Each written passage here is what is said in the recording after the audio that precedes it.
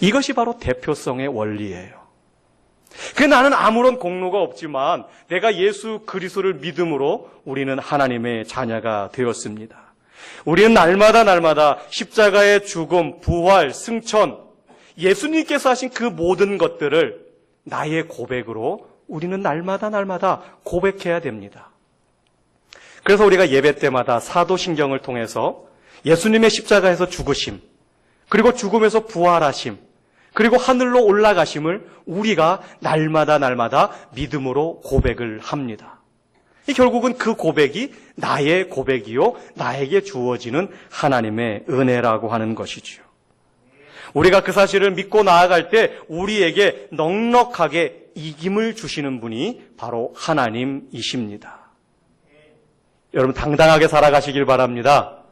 나는 힘이 없지만 내 안에 있는 예수 그리스도를 믿는 그 믿음으로 우리는 세상을 당당하게 살아가는 것입니다. 자, 이런 보장된 승리의 삶, 이미 예수님께서 다 이겨놓으신 그런 승리의 삶, 우리가 마땅히 살아가야 하는데 사실 우리가 그렇게 살아가지 못해요. 여러 가지 환경의 문제, 내 앞에 놓여져 있는 크고 작은 문제들 때문에 정작 이미 예수님께서 다 이겨놓으신, 무찔러 놓으신 그 전쟁터 속에서 우리는 뒤따라가며 전리품만 거두면 되는데 그러지를 못한다라는 겁니다. 그러면 그 문제를 어떻게 해결해야 될까? 과연 하나님께서 우리들에게 어떤 방식으로 은혜를 공급해 주시는가? 오늘 여호수아서 말씀이, 여호수아 5장 말씀이 우리에게 그 하나님의 은혜 공급의 원리를 말씀해 주고 있습니다. 우리 남자분들 이종 격투기 좋아하세요? 네. 우리 김병희 장군님께서 고개를 끄덕거리셨어요. 네. 보신다는 얘기입니다. 저도 가끔씩 봐요. 채널을 막 돌리다가 그 UFC 이종 격투기 경기를 보는데요. 제 아내가 한마디 하죠. 도대체 왜 저런 걸 보고 있는지 모르겠다고. 더더군다나 저걸 하는 사람들은 이해가 안 된다고. 왜 상대방을 때리고 맞고 고통스럽게 저 일을 하는지 모르겠다고. 근데 우리들 마음속에는요, 저마다 그런 마음들은 다 가지고 있어요. 내가 누군가를 때리지는 못하지만 그 상대방, 그 경기라고 하는 것을 통해서 내 안에 있는 그런 파괴적인 그런 욕구를 대리 만족하고 싶은 마음들은 저마다들 있습니다. 때로는 그 모습을 보면서 좀 희열을 느끼기도 하지요. 근데 제가 이제 그걸 말씀드리려고 하는 것이 아니라 그 경기를 시작하기 전에 두 사람이 가운데로 모이잖아요. 심판이 딱 서가지고 이제 두 사람을 불러 세웁니다. 심판은 뭐라고 계속 말을 하는데 이 두 사람은 상대방을 째려보고 있어요.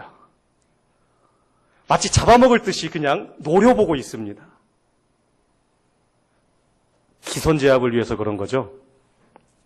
아직 경기가 시작이 되지 않았지만 내가 심리적으로 그 상대방을 압도하려고 하는, 기를 죽이려고 하는, 나보다 훨씬 더 키가 좀 더 크고 나보다 훨씬 체격이 더 좋지만 그 기에 눌린 사람은, 기선에 제압당한 사람은 막상 종이 땅 쳐가지고 경기를 시작하게 되면 이상하게 주먹이 안 나가더라고요.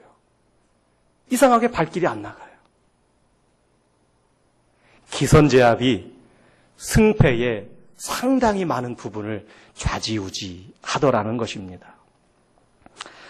오늘 여호수아 1장에 보게 되면요, 이런 말씀이 기록되어 있어요. 아까 제가 읽었지만 다시 한번 같이 읽어볼까요? 시작.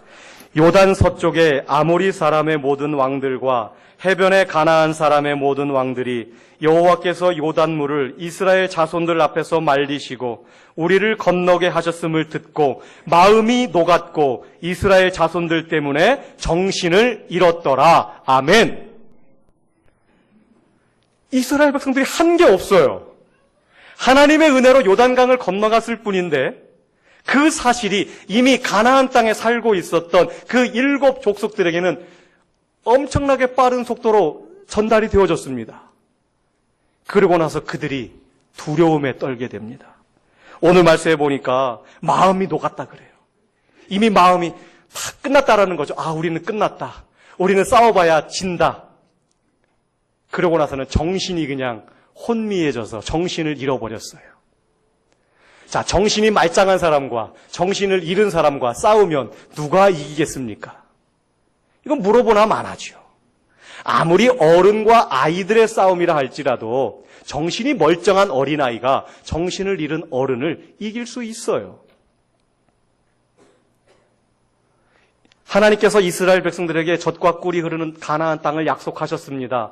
그리고 요단강을 건너가게 하셨어요. 건너갔더니 분명히 정탐을 통해 들은 바로는 키가 크고 장대하고 무기도 튼튼하고 도저히 이길 수 없는 그런 민족이라고 들었는데 하나님의 인도하심을 따라서 요단강을 건너왔더니 단지 요단강을 건너왔다라는 그 사실만으로도 그 땅에 거하는 7 족속들은 초긴장 상태, 그러면서 어찌할 줄 모르는 우왕좌왕하는 오합지졸로 변해 있고 그 마음이 흐트러져 있고 정신을 잃어버린 지경이 되었다라고 하는 것입니다. 자, 이런 상태라고 한다면 전쟁 해보나 마나 아닌가요? 이건 가나안 정복 전쟁이라는 말을 붙이기가 조금 미안할 정도로 이 너무나 뻔한 싸움이 예상이 되어집니다. 앞서 말씀을 드린 것처럼 전쟁을 할 때 아니면 누군가와 싸울 때에 외형적인 그런 조건이 잘 구비되어져 있으면 분명히 승산이 있지요. 그러나 그것이 다가 아니라는 것입니다. 상대방을 심리적으로 압박을 하느냐 못하느냐, 그것이 크게 변수로 작용을 하게 되는데 결코 만만치 않다라는 것입니다. 요단강을 건너 가나안을 정복하려고 시작하는 이스라엘 백성들에게 오늘 이 가나안 족속의 상태보다 더 좋은 상태는 없었을 것입니다. 그냥 쭉 밀고 나가면 그냥 여유롭게 그 땅을 정복하게 되는 그런 상황이 놓여지게 된 것이지요. 그런데요, 이상하게도 하나님께서는 거기에서 이스라엘 백성들을 멈추어 세우십니다. 정신도 혼란스럽고 마음도 흩어지고 이미 잔뜩 겁을 집어먹은 그 백성들 앞에 하나님께서는 쭉 밀고 나가라, 전진해라, 그것이 아니라 멈추어 세우십니다. 더더군다나 멈추어 세우신 걸로 끝난 것이 아니라 모든 남자들에게 할례를 행하라라고 명령을 내리십니다. 이 할례라고 하는 것은 남자들의 생식기 끝부분을 잘라내는 행위입니다. 그 고통이 상당히 심하고 그 상처가 아물기 위해서는 최소한 일주일 이상의 시간이 필요한, 그런데 그 기간 동안 아무것도 할 수 없는 그런 시간입니다. 군인으로 놓고 본다면 무장 해제와도 같은 상황이죠. 아니, 너무너무나 좋은 이 절호의 상황에서 도대체 하나님은 왜 멈추어 세우시고 더더군다나 거기에서 할례를 행하라고 하실까? 가나안 땅을 다 정복하고 나서 해도 늦지 않을 텐데 왜 하필이면 이 시점에서 할례를 요구하실까요? 가나안 전쟁이라고 하는 대명제 앞에서 가나안 7 족속은 초긴장 상태로 대치하고 있습니다. 적군의 사기는 떨어질 대로 떨어졌습니다. 그냥 쭉 밀고 나가면 정말 너무너무나도 쉽게 전쟁에서 승리할 수 있는 그러한 상태인데 왜 하나님께서는 스스로 이스라엘 백성들에게 무장을 해제하라라고 말씀하실까요? 여기에 하나님의 중요한 메시지가 들어있습니다. 이스라엘 백성에게 하시는 메시지가 있어요. 그리고 그 메시지는 오늘 우리에게 하시는 하나님의 말씀이십니다. 애굽 땅에서 나왔던 이스라엘의 1세대들은 하나님의 말씀에 순종하지 않았어요. 하나님의 그 놀라운 은혜, 구름기둥, 불기둥, 홍해바다를 건너는 놀라운 은혜를 경험하고 반석에서 물이 나오는 은혜를 경험하고 하늘에서 만나와 메추라기가 떨어지는 놀라운 은혜 속에 먹는 것, 마시는 것, 잠자는 것 아무 걱정 없이 살았던 그 백성들은 결정적인 순간마다 하나님의 말씀에 순종하지 않아요. 결국 그러다가 그들이 광야에서 다 죽음을 당하지 않습니까? 모든 것을 하나님께서 이끌어 주시고 베풀어 주시는 그 상황에서 오히려 하나님의 말씀에 순종하지 않았다가 그들은 다 죽임을 당하고 맙니다. 자, 이제 이스라엘 백성들, 이제 여호수아와 갈렙을 뒤따라서 요단강을 건너온 이스라엘 백성들, 그 2세대들, 이제 그들도 엄청난 전쟁 앞에 놓여져 있지요.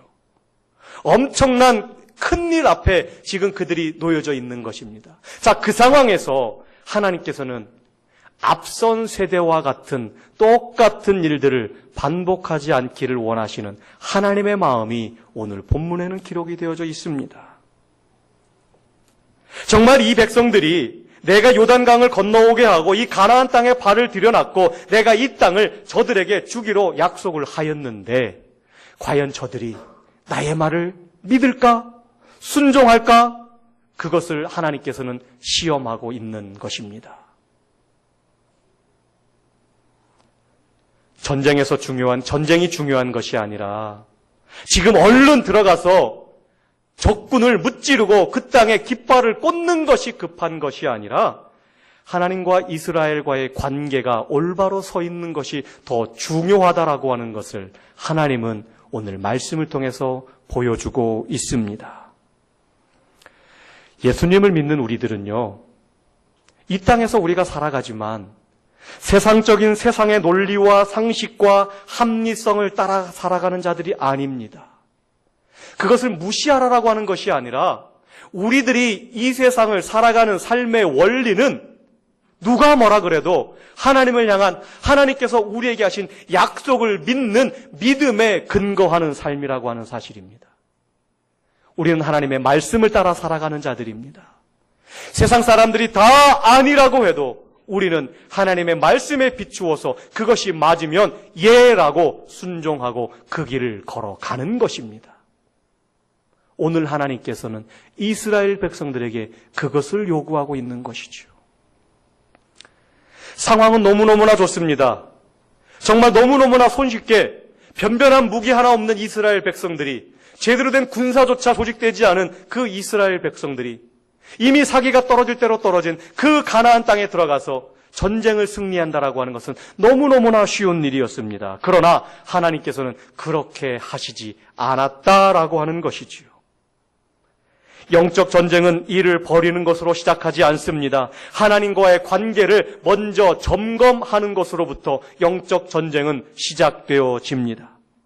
우리가 무슨 일을 하느냐가 중요한 것이 아니라 우리가 하나님과 바른 관계에 있느냐, 그것이 더 먼저입니다.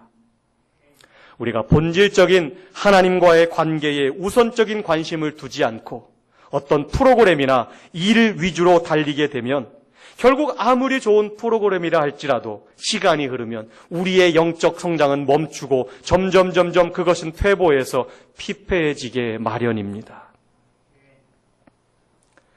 오늘 길갈 지역에서 할례를 행하라고 하신 그 하나님, 그리고 그 말씀에 순종하여 모든 남자들이 할례를 행하게 되었을 때 하나님께서는 여호수아에게 이렇게 말씀하십니다. 여호수아 5장 9절 말씀에 여호와께서 여호수아에게 이르시되 내가 오늘 애굽의 수치를 너희에게서 떠나가게 하였다 하셨으므로 그곳 이름을 오늘까지 길갈이라 하느니라. 출애굽을 한 1세대들은 불순종과 우상숭배로 약속의 땅을 밟지 못하고 광야에서 사라지는 그런 수치를 당했습니다. 그러나 이제 2세대들은 다시 할례를 받음으로써 하나님과 언약의 말씀으로 만나는 언약 백성이 된 것입니다. 이스라엘 백성들이 출애굽을 하고서도 약속의 땅 가나안 땅에 들어가지 못했다고 조롱했던 애굽 사람들이 있었습니다.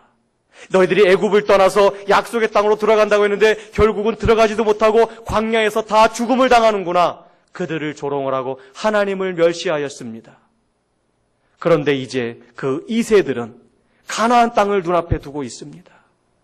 자, 이 상황에서 다시금 그 2세들에게 언약을 맺으시는 장면입니다.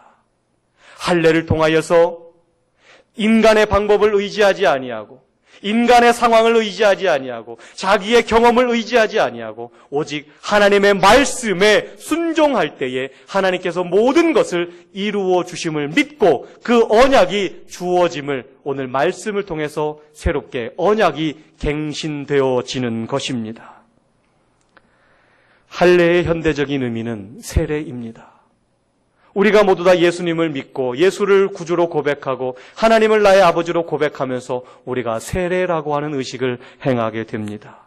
그 세례의 의식은 육적인 몸을 벗고 예수로 살겠다라고 하는 결단이요 언약입니다. 골로새서 2장 11절과 11절에 또 그 안에서 너희가 손으로 하지 아니한 할례를 받았으니 곧 육의 몸을 벗는 것이요 그리스도의 할례니라. 너희가 세례로 그리스도와 함께 장사되고 또 죽은 자들 가운데서 그를 일으키신 하나님의 역사를 믿음으로 말미암아 그 안에서 함께 일으키심을 받았느니라 말씀하고 있습니다. 우리들은 세례받은 자로서 우리는 육신을 벗는 작업을 매일매일 해야 합니다. 죄인들은 애쓰지 않아도 육적으로 흐르기 때문입니다. 우리가 가만히 있으면 저절로 육신적인 삶으로 살아갈 수밖에 없습니다. 그렇게 되면 결국은 죽음으로 마무리를 하게 되어지지요. 하나님께서는 왜 우리에게 할례, 생식기의 끝을 자르라고 하는, 그래서 일주일 동안 아무것도 할 수 없는 그것을 요구하실까요? 그것은 바로 이스라엘 백성들이 이제 가나안 땅에 앞으로 들어가 살게 될 그 가나안 땅은 그리스도의 통치에 순종해야 하는 땅이고 하나님의 말씀에 순종해야 살 수 있는 땅이고 너희들의 힘으로 사는 땅이 아니라 하나님의 은혜와 주의 보혈의 공로를 힘입어 순종할 때만이 살 수 있는 땅임을 오늘 주님은 말씀하고 있는 것입니다. 하나님은 이스라엘 백성들을, 그들의 육체적인 것들을, 그들이 지금까지 의지하였던 것들을 다시 한번 할례라고 하는 것을 통해서 다 죽이고 없애기를 원하셨던 것입니다. 할례라고 하는 것은 내가 믿고 의존하고 있는 하나님 아닌 다른 것을 잘라내는 행위입니다. 이제 다시는 내가 의존하는 것들을 붙잡고 살지 않겠습니다라고 약속하는 언약의 예식입니다. 우리는 세례를 받을 때에 우리는 이제부터는 내가 아닌 하나님을, 내가 아닌 그리스도를, 내가 아닌 성령님을 따라 살겠노라고 결단하고 우리는 다 약속하였습니다. 아직도 그 약속이 유효하십니까? 아직도 그 약속을 마음속에 가슴 깊이 새기며 그렇게 살아가고 계십니까? 예수 믿는 것, 복잡한 듯이 보여도 너무너무 단순한 것입니다. 둘 중에 하나를 선택하는 것입니다. 나의 힘으로 할 것이냐, 하나님의 힘으로 살아가느냐, 그 둘 중에 하나를 선택하는 것. 내 힘으로 하지 아니하고 하나님의 힘으로 살아가기를 선택하는 것, 그것이 바로 예수 믿는 것, 그것이 바로 신앙생활하는 것입니다. 많은 분들이 그렇게 이야기해요. 예수 믿는 건 너무 어렵다, 너무 복잡하다. 과연 복잡할까요? 어려울까요? 내 것과 하나님 사이에서 갈팡질팡하고 내 것을 내가 과감하게 포기하지 못하다 보니까 그 속에서 늘 어려움을 겪는 것 아닙니까?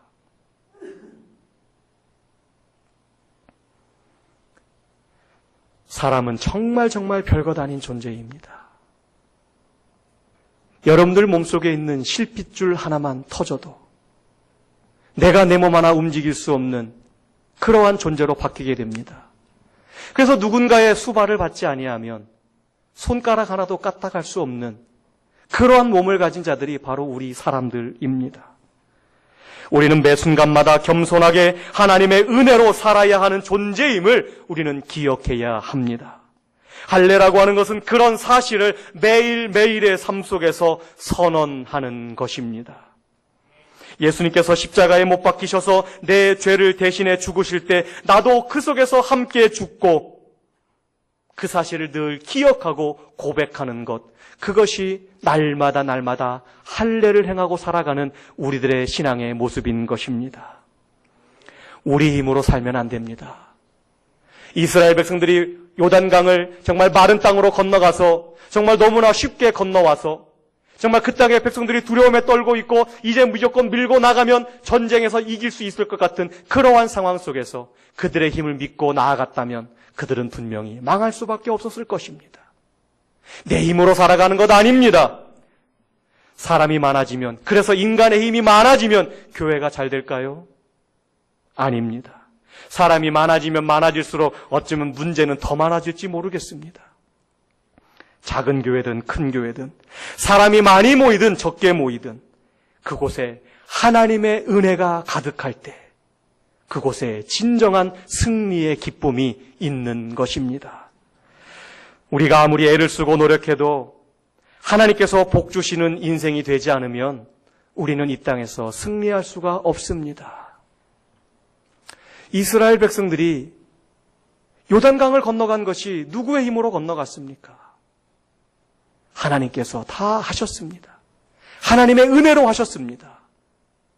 그러나 그들이 자칫 그들 앞에 떨고 있는 가나안 민족을 바라보면서 자기들이 무엇인가를 할 수 있을 거라고, 하나님은 잠깐 뒤에 계세요, 내가 할 수 있습니다, 그렇게 교만할 수 있는 그 상황에서 하나님은 그것마저도 막아놓으시고 그들에게 철저한 순종을 요구하십니다.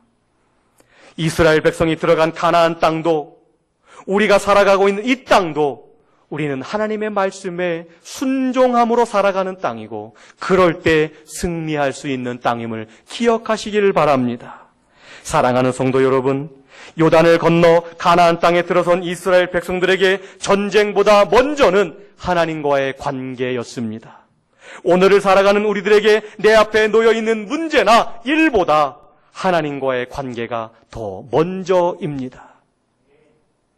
이스라엘 백성들에게 할례를 요구하시는 그 하나님의 말씀을 오늘 우리가 귀담아 듣고, 오늘도 내 안에 예수 그리스도가 나의 구주시요, 내가 그 예수님을 믿고 나아갈 때 모든 삶 속에서 승리하는 삶을 살아갈 수 있음을 기억하고, 여러분들의 삶 가운데 날마다 하나님 앞에 순종함으로 인하여 늘 승리하는 삶을 살아가는 저와 여러분이 되시기를 주님의 이름으로 부탁을 드립니다. 하나님 아버지,